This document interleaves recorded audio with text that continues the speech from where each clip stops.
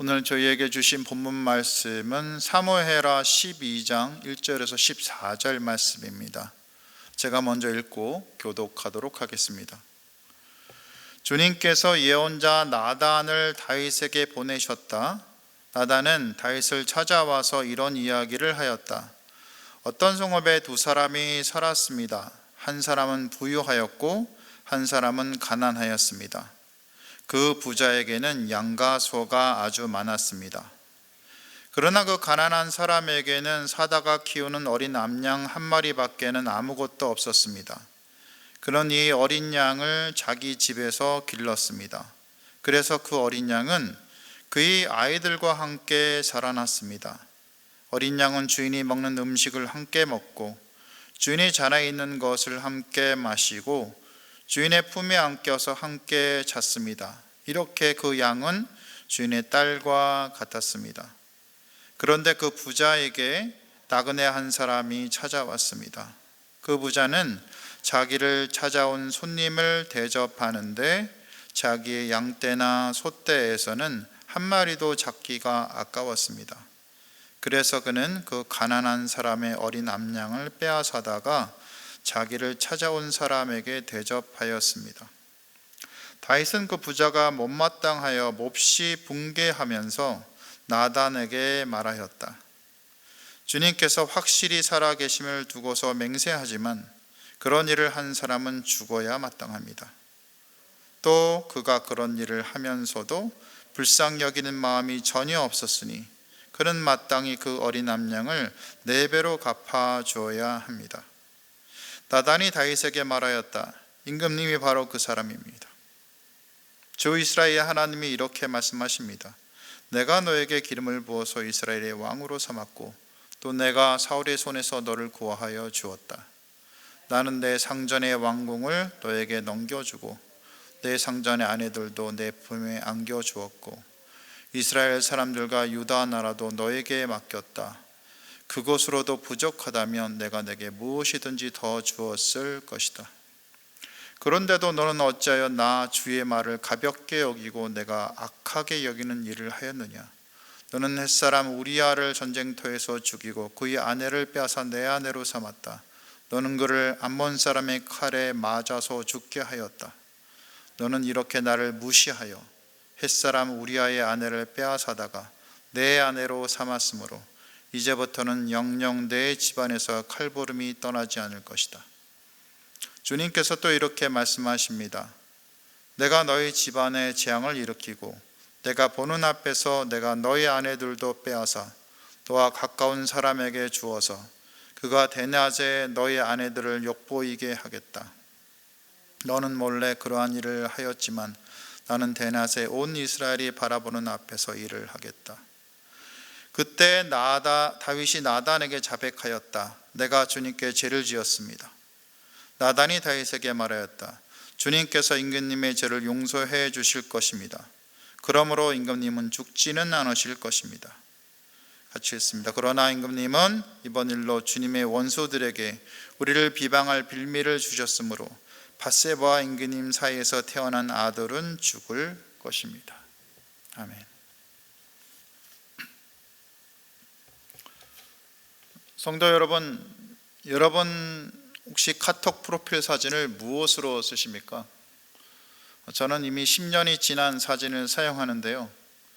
10년 전에 과천 현대미술관에 놀러 갔을 때 찍은 사진으로 아기인 제 딸아이를 가슴에 안고 메고 찍은 사진입니다. 그 아이는 이미 자라서 내년에 중학교 들어가는데 제 사랑은 그때나 지금이나 변화가 없는 것 같습니다. 아이가 자라서 이만큼 컸네 하는 생각을 하는 것이죠. 다윗은 어땠을까요? 태어난 아기가 눈을 맞추며 웃어줄 때, 아내가 된 여인 밧세바가 아이에게 젖을 먹일 때, 다윗의 마음은 지은 죄로 인해 불편하다가도 그래 이대로 아무도 모르게 지나면 될 거야. 이대로 시간이 흐르면 그대로 덮어질 거야. 하나님이 저를 좀 불쌍히 여겨주세요.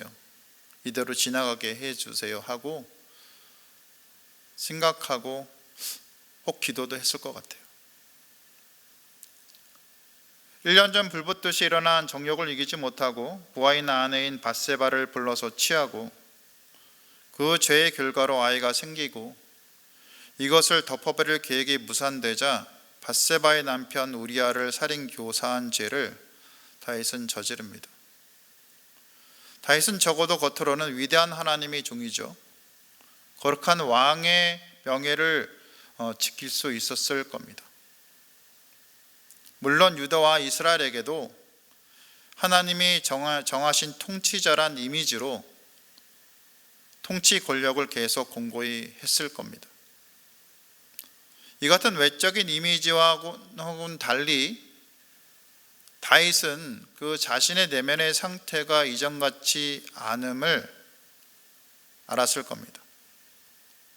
기도를 해도 하나님을 좀처럼 만날 수 없고, 제사에 참석해도 하나님을 찾을 수 없고, 사울처럼 벌어지면 어찌하나 하는 불안감도 불현듯 생겼을 거고, 이래서는 안 되는데 하는 생각도 하지만 그래도 자신의 아내 밧세바와 그 둘 사이에 낳은 아이는 너무 사랑스러웠을 것이고,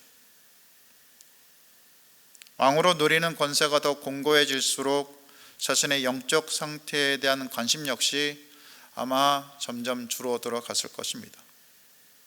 별일 없네, 이만하면 됐다 하고 싶었을지도 모릅니다. 그런데 다윗 마음 한구석에는 말로 표현할 수 없는 슬픔이 또한 있었을 겁니다. 아내가 된 밧세바와 아이는 사랑스럽지만 그들을 얻기 위해 저지른 끔찍한 죄에 대한 인식이 그들을 볼 때 다윗 스스로에게 일어났고, 다윗 역시 그것을 모른 채 할 수 없었을 겁니다. 아마 습관적으로 다윗은 기도했던 사람이었겠죠. 그래서 하나님 죄송해요 하고 한숨 짓듯 내뱉기는 했겠지만 말뿐이지 그는 죄의 달콤함을 포기할 수 없었을 겁니다. 거미줄에 걸린 나비 모양 죄의 결과로 주어진 아이와 아내도 포기할 수 없었을 겁니다. 물론 이 사실을 아는 부하들이 공공연히 봉검자라는 눈초리를 다윗에게 보냈을 거고,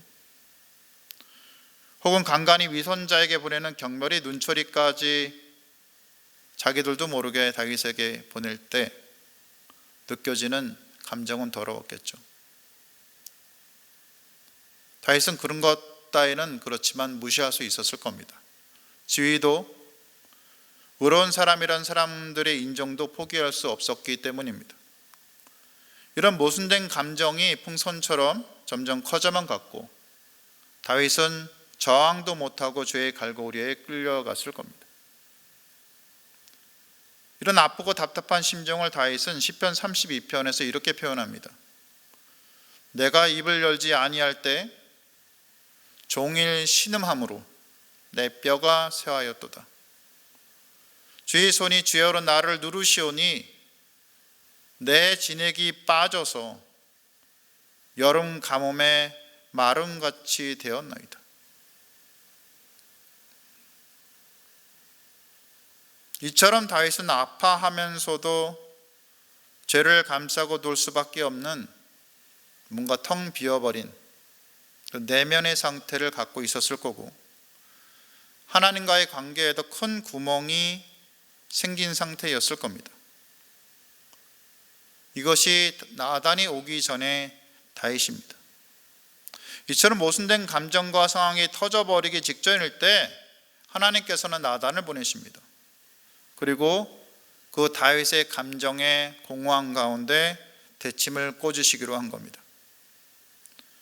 이것은 다윗을 살리기 위한 하나님의 은혜였습니다. 그러니까 나단이 다윗에게 나타난 것은 다윗에 대한 하나님의 분노이기보다는 다윗을 살리기 원하시는 하나님의 긍휼이었던 겁니다. 오늘 사무엘하 12장 본문은 주님께서 예언자 나단을 다윗에게 보내셨다로 시작합니다. 나단이란 이름의 의미는 양심 혹은 주는 자라는 뜻입니다. 그러니까 다윗이 양심의 찔림을 받고 있을 때, 아니 이미 무뎌져서 무너지고 있을 때 그에게 나타나서 다시 생명을 주는 그 사람이 바로 나단이라는 거죠. 다윗은 자신에게 온 하나님의 선지자 나단을 맞이합니다. 이 나단은 사무엘하 7장에서 다윗에게 내 집과 내 나라가 내 앞에서 영원히 보존되고 내 왕위가 영원히 경고하리라 하셨다라고 하는 하나님이 허락하신 다윗 언약, 하나님의 언약을 전한 바로 그 선지자입니다. 그러니까 다윗에게 이 선지자는 하나님의 언약을 전한 자이고, 그래서 나단 선지자에 대한 친분과 더불어 경외감이 있었을 겁니다. 다윗은 긴장도 되고 또한 지은 죄 때문에 걱정도 되었을 텐데, 다윗의 걱정과 달리 나단의 죄에 대한 별다른 말은 없었고 한 가난한 사람에 대한 이야기만 나단은 전하기 시작합니다. 그 이야기는 간단합니다. 한 마을에 두 사람이 살았는데 한 사람은 부자이고 한 사람은 가난한 사람입니다. 부자에게는 소와 양이 아주 많이 있었고 가난한 사람에게는 어린 암양 한 마리밖에 없었는데, 가난한 사람은 그 암양을 사랑하여서 같이 먹고 마시고 자고 딸처럼 키우고 있었습니다. 그러던 어느 날 부자에게 손님이 찾아옵니다. 부자는 손님을 잘 대접하려니 뭐든 잡아서 대접해야 했는데 자기 소와 양들은 아까워서 잡기는 힘들고 힘없는 가난한 사람의 어린 암양을 억지로 빼앗아서 잡아서 손님을 대접합니다. 다윗은 이 이야기를 듣고 분노하는 거죠. 참지 못하고 화를 내며 그 부자는 죽어야 마땅해. 빼앗은 양에 4배나 갚아야 할 거야. 이런 다윗의 결정은 정의로운 왕이 함부로 가난한 사람의 양을 갈취한 부자를 벌하는 공의로운 판단처럼 여겨집니다. 그런데 우리는 여기서 다윗의 판결이 가지는 문제점을 발견해야 할 겁니다. 양을 빼앗은 부자는 출애굽기 22장 1절에 의거하여 4배로 갚아야 할 것은 맞습니다. 그런데 말이죠, 양을 빼앗으면 사람을 죽여야 됩니까? 양을 빼앗은 사람은 사형입니까? 성경엔 그런 말은 없습니다. 근데 다윗은 죽어야 한다는 판결을 내립니다. 다윗은 여기서 오버하고 있다는 거죠. 이게 뭐 때문이냐면 다윗이 죄의 영향을 받고 있다는 겁니다. 평안하지 못하고 급하고 분별력이 떨어진다는 거죠. 마치 화를 제대로 내야 내가 정의로워 이렇게 생각하는 그런 생각을 다윗이 하고 있다는 겁니다. 이전에 다윗이 그랬나요? 아닙니다. 다윗은 이전에는 사울이 악을 행해도 평안을 유지하고 그 죄를 용서했던 다윗입니다. 그런데 이 다윗이 그 속에 무의식적으로 죄책감이 들어갔고 그 심령은 상해졌고 자신의 분노를 조절하지 못하는 겁니다. 더하여 우리는 다윗이 지혜롭지 못한 모습을 봅니다. 그는 전혀 나단의 비유가 자신에 대한 것임을 알아채지 못합니다. 이전에 다윗은 어땠습니까? 선지자급의 영성을 가졌죠. 성령이 충만한 자였고 하나님에 대한 믿음으로 골리앗을 이길 만큼 용기와 믿음이 있던 사람이었고 영적으로 깨끗하여서 하나님의 음성을 듣고 행했던 사람이었습니다. 그런 다윗의 모습은 지금 전혀 발견할 수 없습니다. 밧세바의 이름은요, 원래 히브리어로 풀어내면 맹세의 딸입니다. 맹세의 딸. 마트가 딸이란 뜻이거든요. 혹은 7일에 나온 딸이라고 볼 수 있습니다. 그런데 이런 뜻을 히브리 사람인 다윗은 알았을 겁니다. 딸이라는 이름을 가진 사람이 밧세바다. 그런데 양을 딸처럼 여긴 사람에 대한 비유를 다윗은 전혀 알아채지 못합니다. 이미 죄로 인해서 자신의 영안이 어두워졌다는 겁니다. 나단의 말이 하나님의 말씀으로 전혀 들리지 않았다는 겁니다. 이게 죄의 무서운 영향력입니다. 이런 다윗의 상태에 대해서 신학자 포클만은 이렇게 얘기합니다. 다윗이 자신이 저지른 이런 무도한 일들을 숨기고 안정을 얻기 위하여 엄청난 양의 에너지를 소모해야 했다는 겁니다. 그러니 다윗이 제정신이 아니란 거죠. 오히려 다른 사람을 정죄함으로 자신의 죄악으로 인해서 자신의 내면에 생긴 공허함을 채우고자 했다는 겁니다. 여기서 우리는 짚고 넘어가야 할 것이 두 가지 있습니다. 먼저 우리가 나단이 다윗에게 얘기한 것처럼 설교를 듣거나 우리가 성경을 볼 때 다윗이 남의 탓을 했죠? 그러지 않아야 된다는 겁니다. 우리 자신에게 먼저 적용해야 한다는 겁니다. 두 번째, 더하여 갑작스러운 우리 마음에 분노가 있거나 이것을 참을 수 없게 여겨진 때가 있다면 실은 우리 속에 죄의 영향력이 있는지 살펴봐야 한다는 겁니다. 그리고 우리가 그 죄를 진정 회개해야 되는지 하나님 앞에 묻고 그 죄를 찾아서 기도해야 한다는 겁니다. 그래서 마음의 평정을 다시 찾아야 한다는 겁니다. 다윗의 판결을 본 나단은 7절에서 날카로운 비수를 다윗에게 찔러버립니다. 당신이 그 사람이야. 당신이 바로 그 사람이야. 이 한마디에 다윗은 너무 힘들었던 자신의 거짓된 감정과 위선의 감정들이 터지는 경험을 합니다.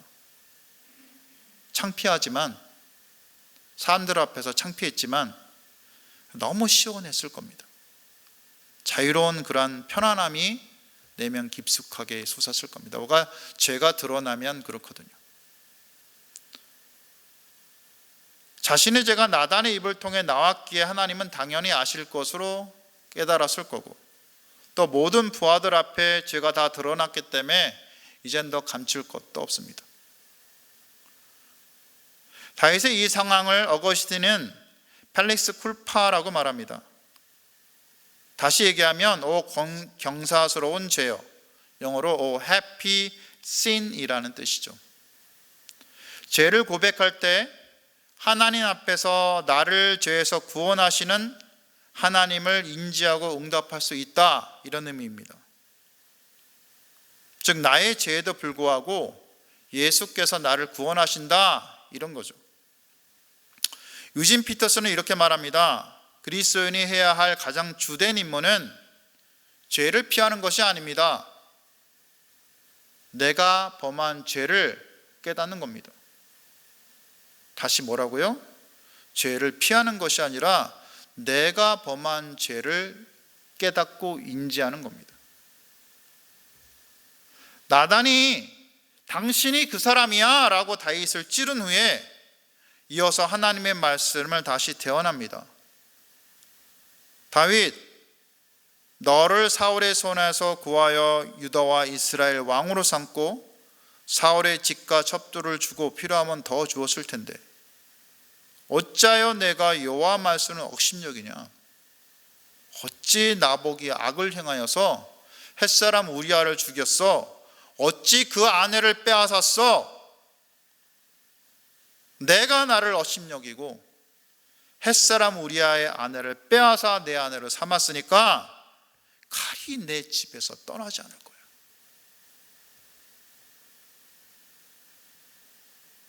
너와 내 집에 재앙을 일으키고 내 눈앞에서 내 아내를 빼앗아 내 이웃들에게 주리니 그 사람들이 내 아내들과 대낮에 동침할 거야. 왕이 자기 아내들을 대낮에 다른 사람하고 동침하는 상황이 벌어지는 게 뭡니까? 나라를 잃는 거죠. 그렇죠?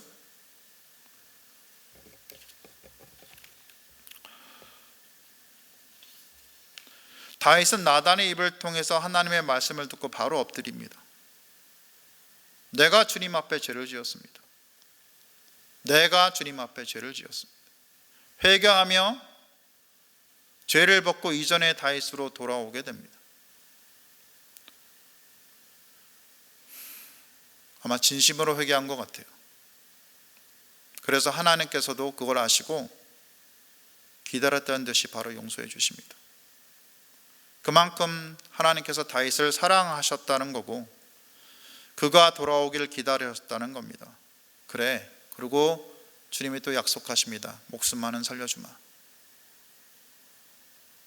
죄의 용서를 받았음에도 다윗은 저지른 죄의 대가를 혹독하게 결국에는 치릅니다. 큰아들 암논이 누이 다말을 강간하죠. 분노한 압살롬이 암논을 죽이죠. 또 나라를 빼앗아 반역하고 다윗은 도망가고 압살롬은 아버지의 후궁들을 예언대로 대낮에 남이 보는 앞에서 취하죠. 압살롬이 요압한테 죽죠. 다윗이 죽은 뒤에 아들 아도니아가 솔로몬에게 또 죽임을 당합니다. 집안이 풍질박살나는 거죠. 몇 배죠? 4배입니다. 4배. 죽은 아들까지 포함해서, 아기 아들까지. 우리아는 1명 죽고 아들은 4명 죽습니다. 여기서 우리가 알 수 있는 건 무엇입니까? 하나님께서는 회개할 때 죄를 용서해 주시지만 우리가 지은 죄의 대가는 우리가 반드시 치러야 한다는 겁니다. 세상이 왜 기독교를 멸시합니까? 우리가 죄를 져서 하나님 앞에 회개합니다. 그리고 끝입니다. 그러니 너희들이 도대체 다른 게 뭐야? 라는 소리가 세상에서 나오는 거죠. 우리가 하나님과 세상에 대해서 또 사람에 대해서 그 대가를 치르려고 하지 않기 때문입니다. 결론을 정리합니다. 먼저 설교를 듣거나 성경을 볼 때 적용을 다른 사람이 아닌 나 자신에게 먼저 했으면 합니다. 이것이 성숙한 그리스도인일 겁니다. 더하여 마음에 분노가 일어나서 참을 수 없다면 남 탓하지 말고 죄가 있는지 또 내가 그 죄를 진정 회개했는지 점검해야 한다는 겁니다. 우리는 죄를 피할 수 없는 존재입니다. 우리가 죄악 덩어리고 우리 속에서 올라오는 죄악을 벗어날 수 없는 존재입니다. 그래서 우리는 늘 기도하고 하나님을 대면해야 하고 그분에게 죄의 용서를 구해야 합니다. 이것이 복음이고 예수님의 십자가를 우리가 기억하고 감사하는 이유일 겁니다. 하지만 하나님께서 우리 죄를 용서해 주신다고 지은 죄의 열매는 사라지지 않습니다. 우리는 지은 죄의 대가를 겸손히 치러야 합니다. 특히 세상이나 사람에 대해서 갚을 것이 있다면 그것을 떠오르도록 기도하시고 떠오른다면 겸손히 갚아 나가는 것이 그리스도인이 해야 할 거라는 겁니다. 이것이 주님께서 우리에게 원하시는 거며 주님을 따르는 우리가 해야 할 일이라는 겁니다. 이 말씀을 들으신 모든 분들이 이 마음을 가지고 살아주시기를 그렇게 주님의 이름으로 축원드립니다. 기도 제목 알려드립니다. 오늘 말씀을 기억하면서 기도하겠습니다. 설교를 듣거나 성경 볼 때 적용을 자신에게 하기를, 그리고 지은 죄가 있으면 회개의 영을 달라고, 또 내가 갚을 것이 있는지 하나님께서 알려주시고 겸손히 갚아갈 수 있도록 기도하시기 바랍니다. 두 번째, 목장을 위해서 기도합니다. 목장 모임이 성령 안에서 온전한 회복이 일어나도록 은혜 가운데 목장이 세워지도록 기도해 주시고요. 추석 연휴 성도 여러분들이 고향에 다녀오실 때 안전히 다녀오시도록, 또 어려움에 처한 작은 교회들과 선교사님들을 위해서 기도하신 후에 각자 개인 기도하시면 되겠습니다. 기도하시겠습니다.